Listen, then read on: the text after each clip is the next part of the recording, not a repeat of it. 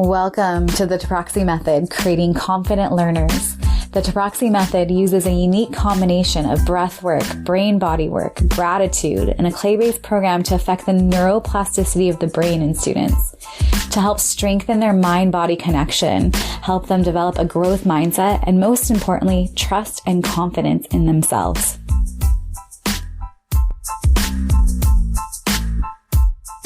Make sure to hit the subscribe button so you don't miss any episodes. One way to support the Creating Confident Learners podcast is to leave a 5-star review and written review anywhere you listen to it. Thanks so much, and let's get started. He was in the middle where it was really, really messy, and him and Vinny Marino had a little bit of a play in their relationship as yoga teacher and yogi. And Vinny comes up to him, he's like, "Oh, you look like a mess. Like, what's going on with your crazy hair?" And Dennis, without skipping a beat, was like, "Yeah, all stages of growth are not always pretty." And I think about that with learning. Learning is messy. It's not always pretty, but sometimes we really, really learn through the mess of things. And that story just always makes me laugh when I think about growth and learning in life. And in personal growth, oftentimes when we see something that needs to be addressed or changed about ourselves or our life or our habits, that's kind of been a long time. The rewiring of that, the undoing of that is a bit messy.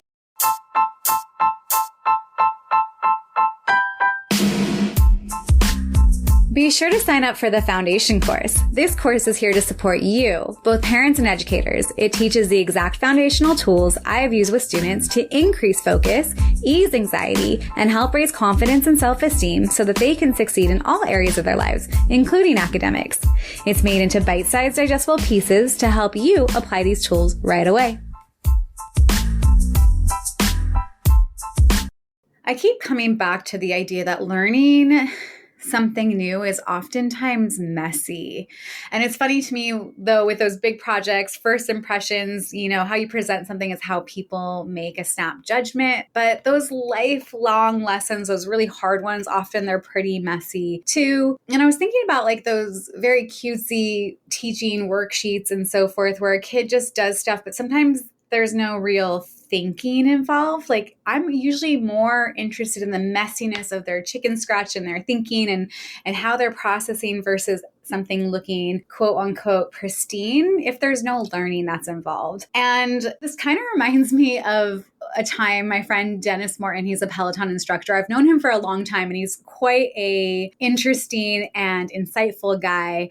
So just on this idea of learning being messy or growth being messy, we went to one of Vinny Marino's yoga classes at Power Yoga in Santa Monica while he was in the process of growing out his hair long. So there's two Dennis Mortons. There's in Peloton. There's the one where he started with, he had really long hair and now he's back to his short hair again. But he was in the middle where it was really, really messy. And him and Vinny Marino had a little bit of a play in their relationship as yoga teacher and yogi. And Vinny comes up to him, he's like, "Oh, you look like a mess. Like, what's going on with your crazy hair?" And Dennis, without skipping a beat, was like, "Yeah, all stages of growth are not always pretty." And I think about that with learning. Learning is messy. It's not always pretty, but sometimes we really, really learn through the mess of things. And that story just always makes me laugh when I think about growth and learning in life. And in personal growth, oftentimes when we see something that needs to be addressed or changed about ourselves or our life or our habits, that's kind of been a long time. The rewiring of that, the undoing of that is a bit messy. It's not quite so linear. We might take 2 steps forward and then 3 steps back and then 2 steps forward again and 1 step back. So the same thing with education. When I think of a lot of the educational material, it's very cute, it's fun to do. And I do remind kids that if they're doing a final project, it's part of how their teacher is going to grade them is presentation. They can spend 5 minutes on this big project, but make it look amazing. They're going to give the impression to their teacher that they really put time and effort. Or on the flip side, they could have spent hours and hours and hours on a big project, but it's messy, so their teacher thought they didn't put effort into it. But when I think of the thinking work that I know makes the difference in a child's learning, it's not that stuff of presentation. Like sometimes that learning is really the nitty-gritty. It's our problems of the day. It's the lecture on the whiteboard where I'm having a child actually explain to me their understanding and thinking.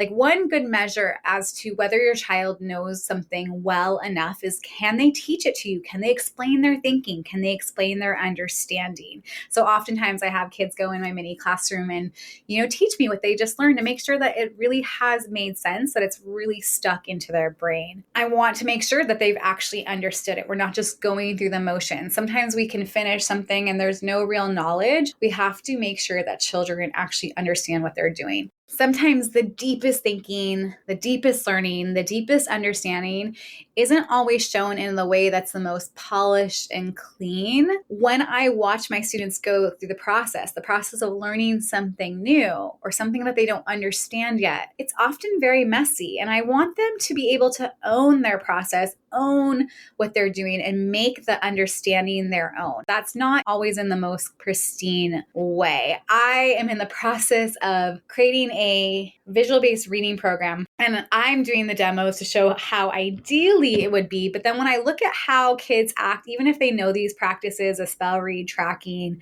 sweep reading, or symbol mastery with clay, the process and the conversation and the wiggling, it's not as pristine and clean as we want in the most ideal way, because kids are kids.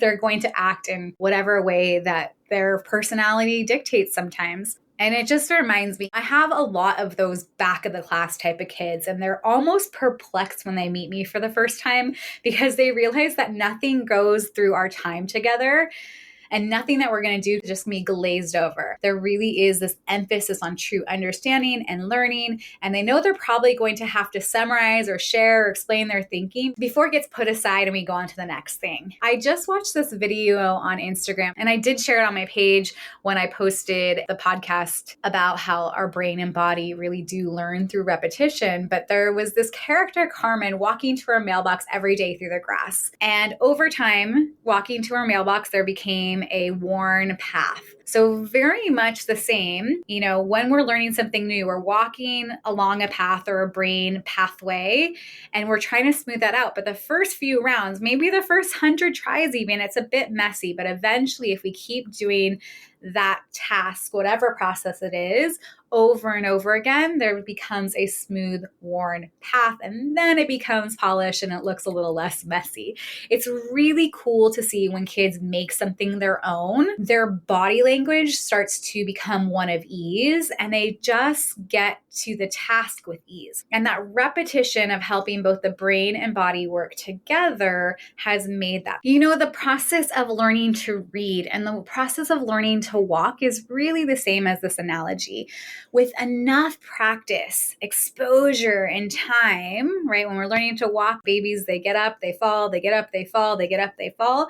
When you listen to a kindergartner or first grader reading, they stumble, they practice, they go, they get some words one time, then the same word they don't get later.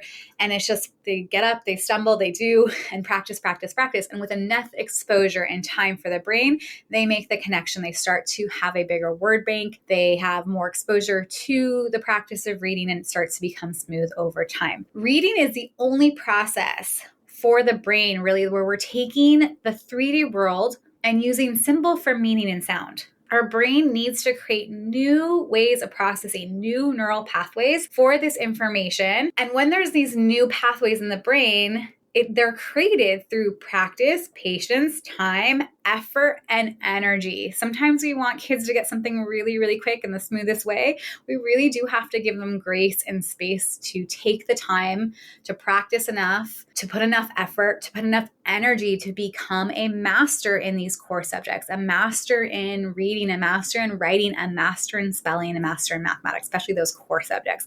But in the early years, I'm talking about the kindergartners, the first graders, the second graders, there really is a certain amount of effort that is needed for mastery when we think about reading.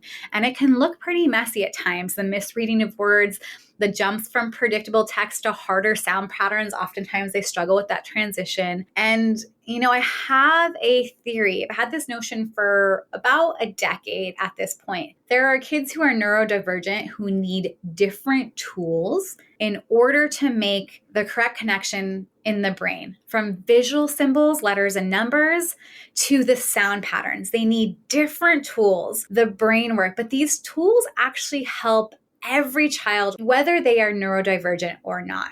Here's the thing. If kids are not reading simple 3 or 4 letter words by the end of first grade, and we're talking quite a few, like 20 or more, this is a sign that they're needing different tools. There really is needed some intervention. And my theory is if we could get these tools that these neurodivergent kids need, we're talking about the ones with ADD, the ones who think differently, the ones who are more visual based, the ones with dyslexia, who need visual tools, brain work tools, processing tools, breath work, balance work, midline work, and using tracking to have the hemispheres talk for all the information they need to access when they're reading. If we gave these to them and all kids, because the kids who don't need these tools, it still benefits them. If we could give all kindergarten through second graders exposure to this brain work, the balance and crossing the midline, nose breathing, symbol mastery with clay, using that brain-body connection, spell reading, sweep reading, the tracking, especially the tracking with letters and colors, which require the left and right hemisphere to communicate smoothly. I've watched so many children who struggle with reading, spelling, and writing really struggle with this simple task. Word sorts using visual-based word patterns, and the practice time they need, 20 minutes a day, 5 days a week, out loud reading at grade level. Maybe, just maybe, no kids would struggle in the way they do now because they have better tools for them. Again, these kids who are neurodivergent, who don't hear phonetics, they will hear them eventually. I have one kid who did not hear any sounds. He was guessing when he was reading at the beginning of second grade. End of second grade is a completely different place. He's not guessing. He knows the words. He knows the sounds. But we didn't teach through phonetics.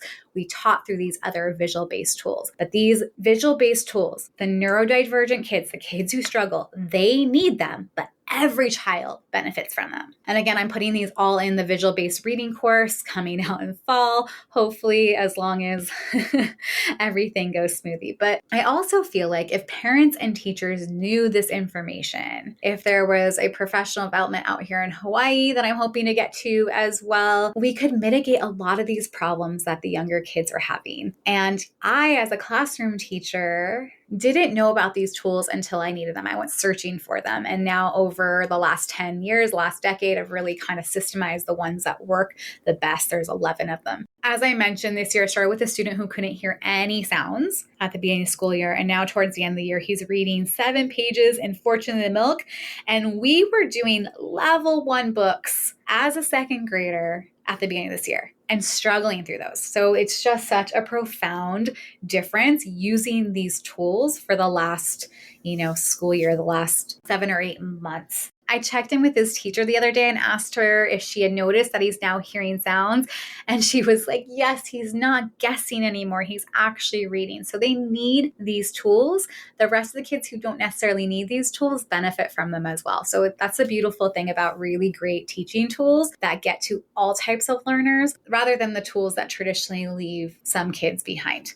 But I always come back to how true learning is messy. And sometimes we need to let it just be that and not expect it to look a certain way until something is mastered, repeated, practiced enough time for a child on their timeline. Remember, some kids can master a concept or a word or a spelling pattern or whatever level reading lexicon they're doing the first time around. And some kids need multiple exposures. But until they've practiced and repeated and put enough effort with ease, efficient effort is really what I call that. These things can't be smoothed out and the learning process is messy, which is fine. We learn through actually doing. If we don't do anything at all, if kids don't try, there's no learning involved. They talk about the cliche of success, which is a truth in this case, fall down 7 times, get up 8.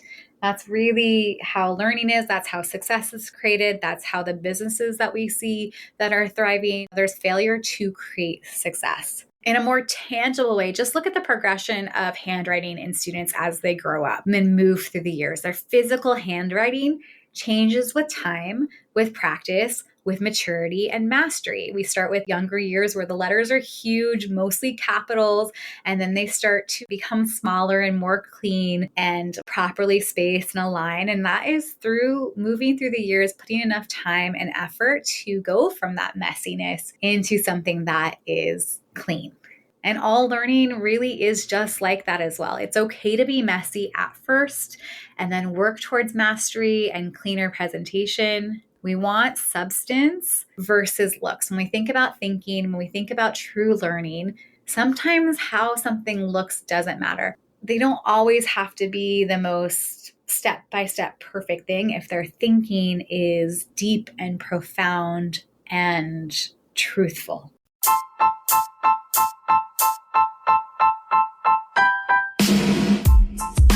Be sure to sign up for the foundation course. This course is here to support you. It teaches the exact foundational tools I have used with students to ease anxiety and help raise confidence and self-esteem so that they can succeed in all areas of their lives, including academics. It's available as a one-time purchase or as an ongoing monthly subscription with extra group support and monthly live stream.